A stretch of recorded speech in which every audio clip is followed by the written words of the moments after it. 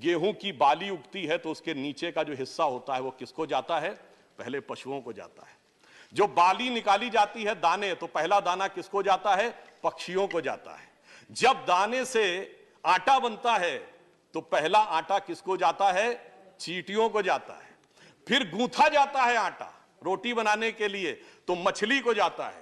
पहली रोटी गाय को जाती है और अंतिम रोटी कुत्ते को जाती है। इससे ज्यादा माननीय उपसभापति महोदय, आज हम जिस विषय के ऊपर विचार करने के लिए एकत्र हुए हैं, यह विश्व की उन समस्याओं में से एक है जिसमें कोई भी देश और कोई भी व्यक्ति यह नहीं कह सकता कि मैं इससे अप्रभावित हूं।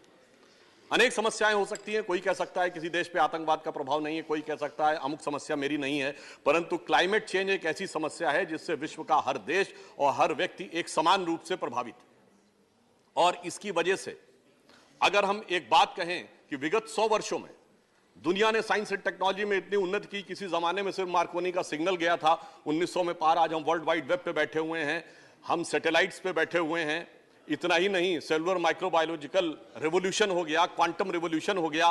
कहा जाता है कि we are at the cusp of a glorious age in the documented history of mankind. परंतु दूसरी तरफ विगत 100 वर्षों में टेम्परेचर 1 डिग्री बढ़ा है और 5 सबसे गर्म वर्ष पिछले 30-35 वर्षों में रिकॉर्ड किए गए हैं। और इस प्रकार की आशंका है कि अगर हमने कुछ नहीं किया तो अगले 100-150 वर्षों में हो सकता है कि मनुष्य जाति के एग्जिस्टेंस पर ही क्वेश्चन मार्क लग जाए। It never happened in the documented history of the mankind. So we have to decide whether we are at the cusp of a glorious time or at the cusp of a precarious time. हम एक शानदार स्थिति की तरफ हैं या एक खौफनाक स्थिति की तरफ हैं। और इसी पर विचार करने के लिए दुनिया ने सबसे पहले, आप सबको याद होगा, 1992 में रियो डी जेनेरो में अर्थ समिट हुई। फिर 1997 में क्वेटो, जो क्वेटो प्रोटोकॉल हम सब जानते हैं। 2009 में कोपेनहेगन हुआ, 2015 में COP21 पेरिस में, और अभी हाल के वर्षों में ग्लासगो, और अभी पिछले महीने ही कुछ दिन पूर्व ही माननीय मंत्री महोदय शर्म अल शेख में जो कार्य करके आए हैं, यह दर्शा रहा है कि पूरी दुनिया और भारत इस विषय को लेकर कितनी गंभीरता के साथ सजग है। परंतु जब हम विचार करते हैं कि समस्या इतनी बड़ी है तो उस पर विचार भी उतना गहन होना चाहिए। मैं स्मरण दिलाना चाहता हूं कि जब पेरिस में जलवायु का सम्मेलन हो रहा था, पूरी दुनिया के खिलाफ प्रधानमंत्री नरेंद्र मोदी जी ने दृढ़ता से स्टैंड लिया था। तमाम हमारे ऊपर आक्षेप लगे थे कि हम अलग थलग पड़ सकते हैं, परंतु पर्यावरण संतुलन के लिए विकसित देशों के ऊपर एक प्रभावी दबाव बनाने का कार्य भारत सरकार ने किया था। और मैं उसी नवंबर 2015 में मोदी जी का एक वक्तव्य उद्धृत करना चाहता हूं। उन्होंने कहा था, people and planet are inseparable and human wellbeing and the nature are indivisible. यानी हम नेचर से अपने को अलग रख के नहीं देख सकते। और आप सोचिए कि आज विज्ञान ने भी बात माना। सिर्फ 60-70 साल पहले अगर आप किसी से कहते कि दिल्ली में फैक्ट्री चल रही है और कनाडा में बर्फ पिघल रही है, तो कोई कहता कितने अनसाइंटिफिक हो, कितनी बेकार की बात कर रहे हो, हीट कंडक्शन के रूल नहीं जानते, कुछ मीटर हीट नहीं जा सकती, हजारों किलोमीटर कैसे जा सकती है। आज ग्रीन हाउस इफेक्ट ने प्रूव किया है कि नॉर्थ और साउथ पोल की बर्फ भी पिघल सकती है, because entire earth is a single cosmic unit. ये वही बात है जो मोदी जी ने कहा कि नेचर और ह्यूमन वेलबीइंग अलग नहीं हो सकती। अब आप देखिए कि जब से हमारी सरकार आई तो इस दिशा में छोटे स्टेप से लेकर क्रमशः उत्तरोत्तर बड़े स्टेप तक किस प्रकार का कार्य हुआ। याद करिए 15 अगस्त 2014 सबसे पहले जब प्रधानमंत्री जी ने उद्बोधन दिया था तो स्वच्छ भारत अभियान की बात कही थी, यह शुरुआत थी। याद करिए नो सिंगल यूज प्लास्टिक, यह अगला स्टेप था।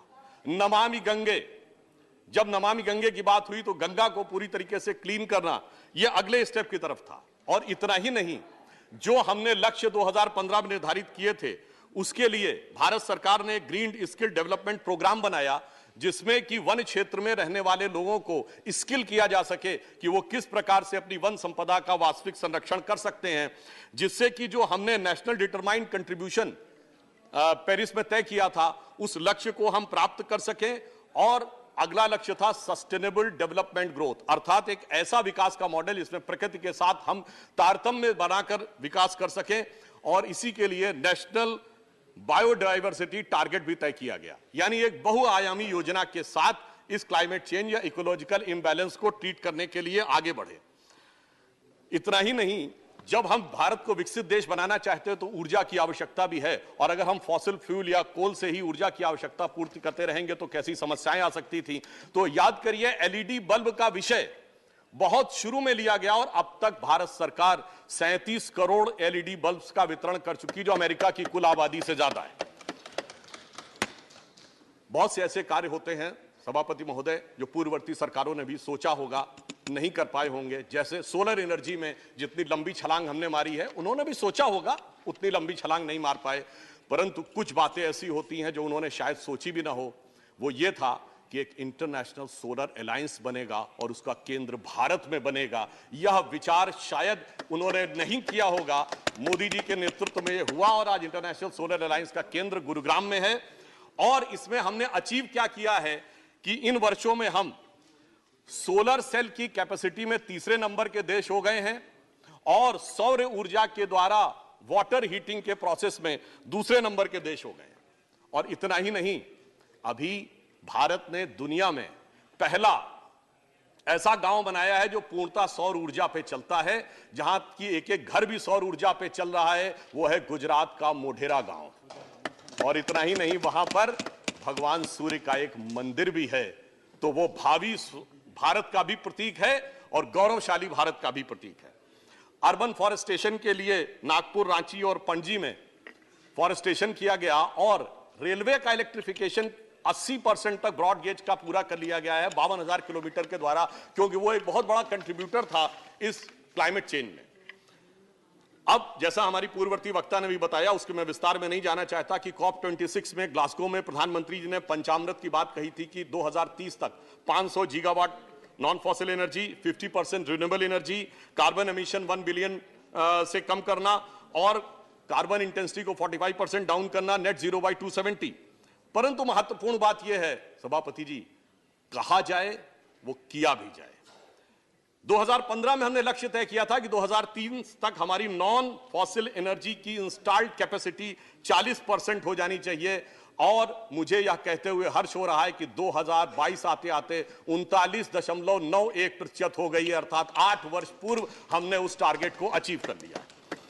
फिर यदि आप ध्यान करें, जिसका अभी उल्लेख किया गया कि COP26 ग्लासगो में प्रधानमंत्री जी ने कॉन्सेप्ट दिया life for environmental friendly life style, यानी एक ऐसा जीवन शैली जो कि इन्वायरमेंट के अनुसार हो। यहां पे मैं सदन का ध्यान आपके माध्यम से मूलभूत विषय पर आकृष्ट करना चाहता हूं। यह नेचर की समस्या क्यों आती है? हम सब में शायद कुछ ने जरूर पढ़ा होगा, वेस्टर्न थियोलॉजी में नेचर नाम की किताब है रिटन बाय एरिस्टोटल, जिसमें क्या लिखते हैं वो, all the elements of the nature are for the service of the mankind. सब कुछ प्रकृति हमारी सेवा के लिए। और यही नहीं, उस फिलॉसफी में यह भी लिखा गया, man should become the possessors and masters of nature, चाहे फ्रांसिस बेकन या रेने डिकार्टे लिखते हो। इतना ही नहीं, यह लिखा गया, man should be able to subdue nature. और इसीलिए बढ़ते बढ़ते हम उस मुकाम तक पहुंचे थे। हम लोग के जन्म से बहुत पहले की बात है, हमारी किताबों में हमने पढ़ा, जब यूरी गैगरिन स्पेस में गए तो क्या लिखा था किताबों में, man has conquered space, as if space is an enemy needed to be conquered. इस विचार ने प्रकृति के दोहन को इस सीमा तक पहुंचाया है कि जिसका आग्रह प्रधानमंत्री जी ने किया था कि हमें नेचर के अनुरूप जीवन जीना होगा। तो मैं स्मरण दिलाना चाहता हूं कि भारतीय परंपरा में, गांव में हम जो जीवन जीते हैं, नेचर के साथ उसका कैसा तदात्म्य है, यदि हमें समझ लें तो हमें शायद बहुत कुछ सीखने की जरूरत नहीं हो। गेहूं की बाली उगती है तो उसके नीचे का जो हिस्सा होता है वो किसको जाता है? पहले पशुओं को जाता है। जो बाली निकाली जाती है दाने, तो पहला दाना किसको जाता है? पक्षियों को जाता है। जब दाने से आटा बनता है तो पहला आटा किसको जाता है? चींटियों को जाता है। फिर गूंथा जाता है आटा रोटी बनाने के लिए तो मछली को जाता है। पहली रोटी गाय को जाती है और अंतिम रोटी कुत्ते को जाती है। इससे ज्यादा प्रकृति के साथ रहने का तरीका किसी को सीखने की जरूरत है। पर दुख की बात यह थी कि हमारे किसान भाई भी जब आंदोलन में बैठे थे तो कोई विदेश की लड़की उनको बता रही थी कि इन्वायरमेंट के साथ कैसे जीना चाहिए, जबकि वो तो हम हजारों सालों से किस तरीके से जीते आ रहे हैं वह हमें समझ में आना चाहिए। और मैं एक कोट करना चाहता हूं, इस सारी समस्या का मूलभूत कारण कहां से आता है विलियम वर्ड्सवर्थ एक बहुत बड़े कवि हुए अंग्रेजी के, जिन्होंने एक फ्रेज यूज किया, child is the father of man. उसका मीनिंग क्या था? कहा गया बच्चा प्रकृति के अधिक नजदीक होता है और वही हमारा फोर फादर है। तो इसका अर्थ यह हुआ कि अगर हम अपने अंदर के चाइल्ड को देखें तो हमारे पूर्वजों ने यानी फोर फादर्स ने क्या कहा था वह हमें समझ में आना शुरू होता है। और हमारी सभ्यता तो वो है मान्यवर जहां पर की प्रार्थना भी क्या की जाती है, अंतरिक्ष शांति, पृथ्वी शांति, औषधया शांति, रापः शांति, वनस्पति, औषधि, फूल, पत्ती, अंतरिक्ष सभी का कल्याण हो। परंतु अफसोस की बात यह है कि जब हम इस प्रकार के विचार के साथ आगे बढ़ रहे हैं तो उस टकराहट के कारण वह समस्या हो रही है। इसलिए मैं अधिक समय न लेते हुए सिर्फ यह कहना चाहूंगा कि जो मोदी जी ने कहा कि लाइफ स्टाइल एनवायरनमेंट के अनुरूप होनी चाहिए, आज यदि यह सीख कहीं से आ सकती है तो भारत से ही आ सकती है, भारत की परंपरा से आ सकती है। और आज हम दुनिया में कितनी भी ऊंचाई पर पहुंच गए हों, पर क्या हमने धरती और धरती की वेदना को देखा? तो यह मैं पंक्ति कहना चाहूंगा, आकाश नापने वालों तुम सच सच कह दो, क्या नाप सके हो तुम धरती की मौन व्यथा? जो दोहन की प्यास से दुखी रक्त प्रकृति की करुण कथा, वो अंतरिक्ष की सुंदरता पर मुग्ध वसुध, वसुध मतलब वसुधा का पुत्र यानी मनुष्य, वो अंतरिक्ष की सुंदरता पर मुग्ध वसुध, पैरों के नीचे सिसक रही रसवती धरा। जब तक हम इसको नहीं समझेंगे तब तक हमारे अंदर यह परिवर्तन नहीं आएगा।